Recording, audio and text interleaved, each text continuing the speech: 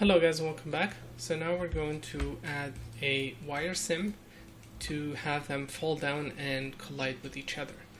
And we're going to use a wire solver for that. So let's create a null and set this to out wires. Just give it a name. I'm going to create an object merge and drag this so it can copy the path. And I've increased the number of curves. I have 150 now. I'm going to test with these and yeah, see how that goes. Let's create a dot network, call this wire sim, and let's dive inside. We're going to create a wire solver, of course. We're going to create a wire object, and with this solver you don't have to inject the data, you can just use this to create it. So I'm going to paste this our wire, and let's create a ground. Let's add a merge node. Let's add a gravity, and let's increase the ground so it covers everything. And let's hit play. And that's all you have to do. Now obviously there's a few settings that we need to change, but that's pretty much it. The first thing that we want to fix or adjust is the thickness of these guys. If we go to the wire object, under visualization, I'm going to say visualize the width of these guys. You can see they're pretty thin. Under material, I'm going to set this to 1.1,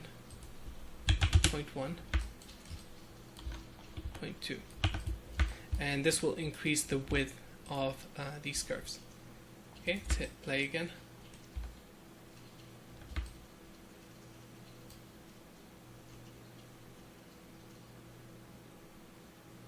Cool, so that should make them thicker. And then by default, these curves don't intersect with each other, they only interact with the sim and or with other objects. So I'm going to turn on collide self, and hopefully if we don't have anything crazy in terms of intersection and the solver is able to solve that, we should get nice collision between them. So see here, it started happening already. You see that guys overlapping on top of the other, same here. Okay, let's see. And I'm only interested in one frame. I'm not going to have a sim or anything like that, so we can always use point VOPs to process it further. If we wanted to add any extra deformation to the curves, we can do that. Okay, let's stop this. As you can see, it's slower, so that's something to keep in mind. But we're getting some nice collision there. Probably have to increase the material width.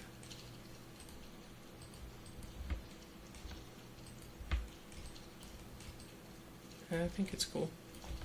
Okay, let's go up and import this data. Right now it's not in SOPs, this newly deformed curves.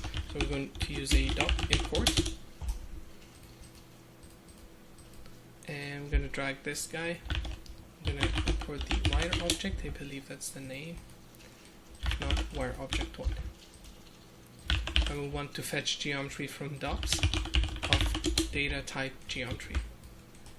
And these are our curves now.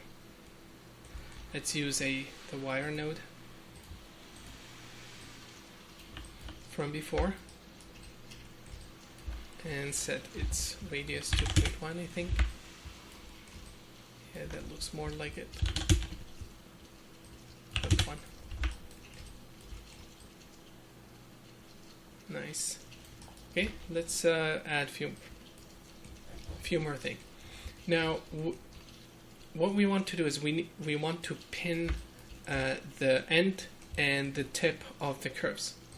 And if we go here, we see that when we loop over each curve, let's do a for each loop with connected primitives, with connected pieces. So if we loop over each curve, okay, hide that, and look at the point number, see, one point is number 0, that is always the beginning, and the last point is equal to the total number of points minus plus 1. So this guy here is equal to this. Sorry, this last IDs is equal to the total number of points minus 1.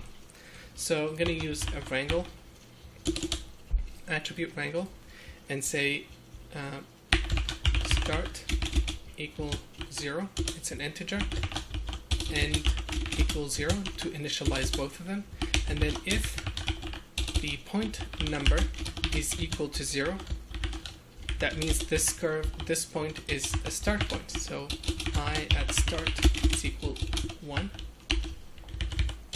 Cool. And then if the point number is equal to the endpoints of the first input, and this returns the total number of points, the total number of points minus 1, endpoints minus 1, that means this curve is an end.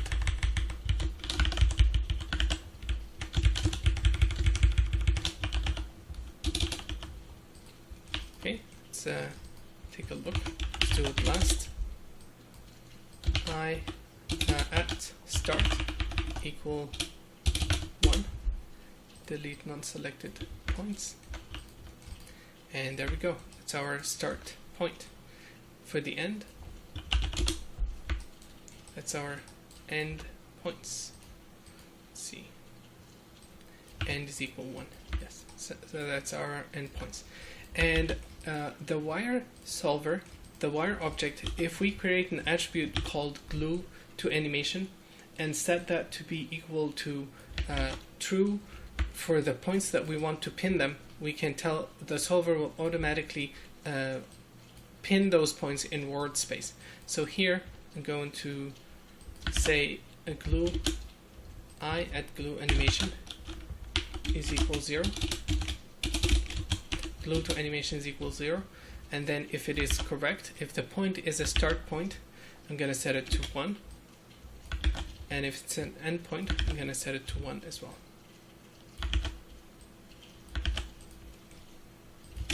So let's take a look at the data. So glue to animation is 0 everywhere except for the start point and the end points. And that's what we need. Let's dive back in. Let's hit play.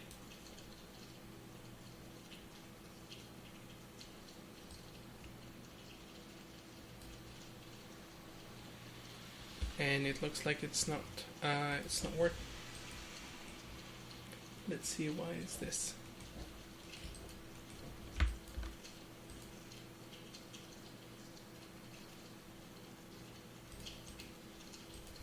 Maybe there is a resample happening. No? Oh yes, sorry, we were not connecting the out wires, obviously.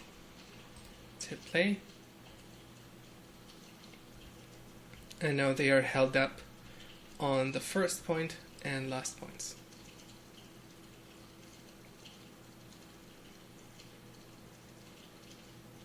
Okay, the last bit is to add collision to the solver, and I want these wires to intersect with the statue. Okay. Let's go back, let's play. Cool. They are stretching quite a bit, so let's tweak a few settings. I'll leave this to you guys to experiment with. I myself have to always experiment with this, so I'm not expert with the wire solver.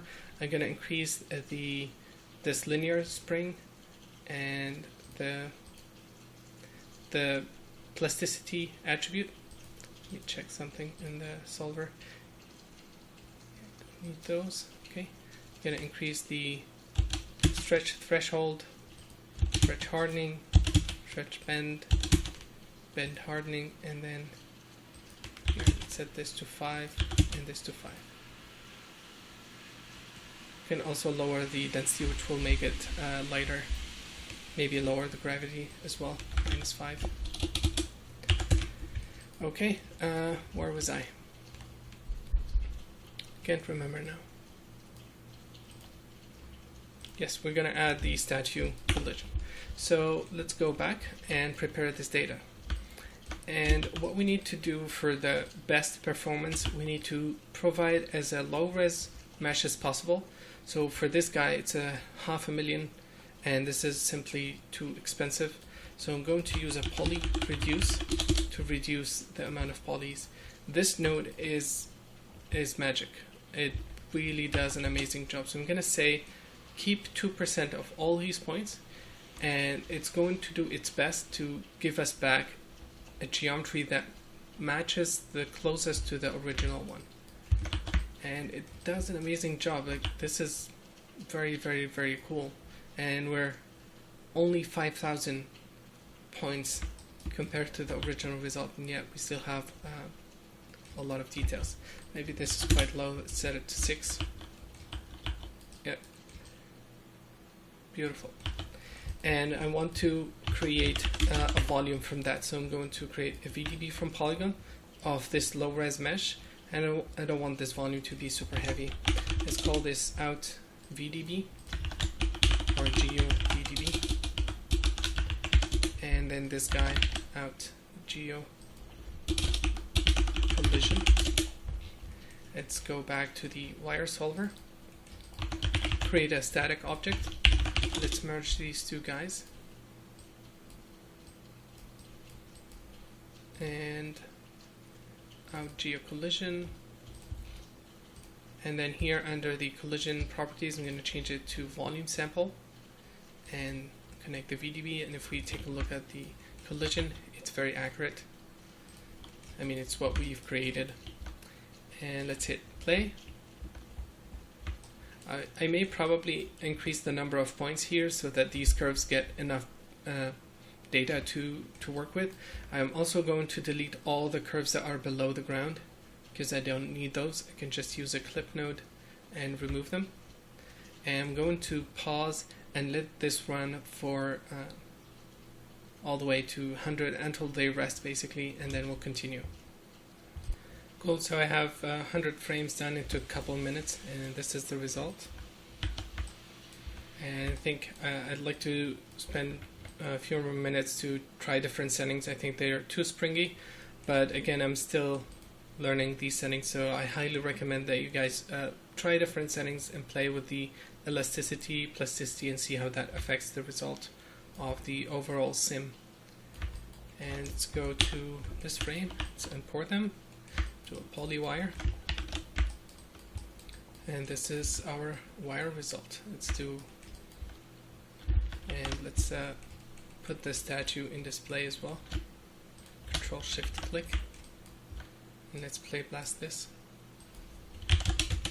and you'll see how they are interacting with this.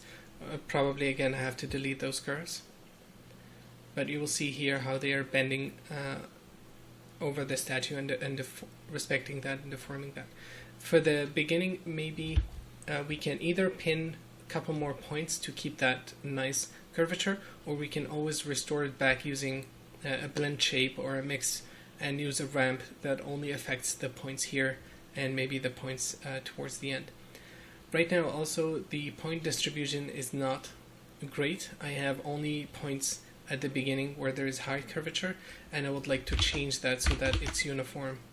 There is a uniform distribution.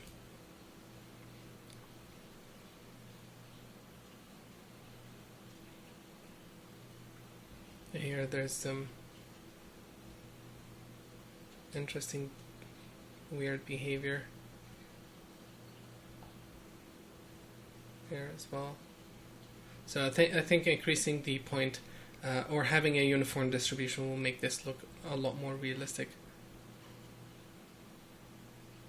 And we can also blend between any of the state and the previous result, or even add noise to it using any of the techniques that we learned using the cross product or the sine and cosine function.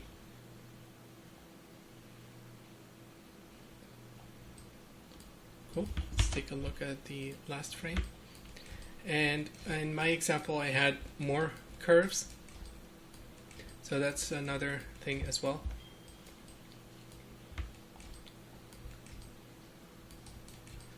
Okay, cool. I think that's pretty much it for the curves.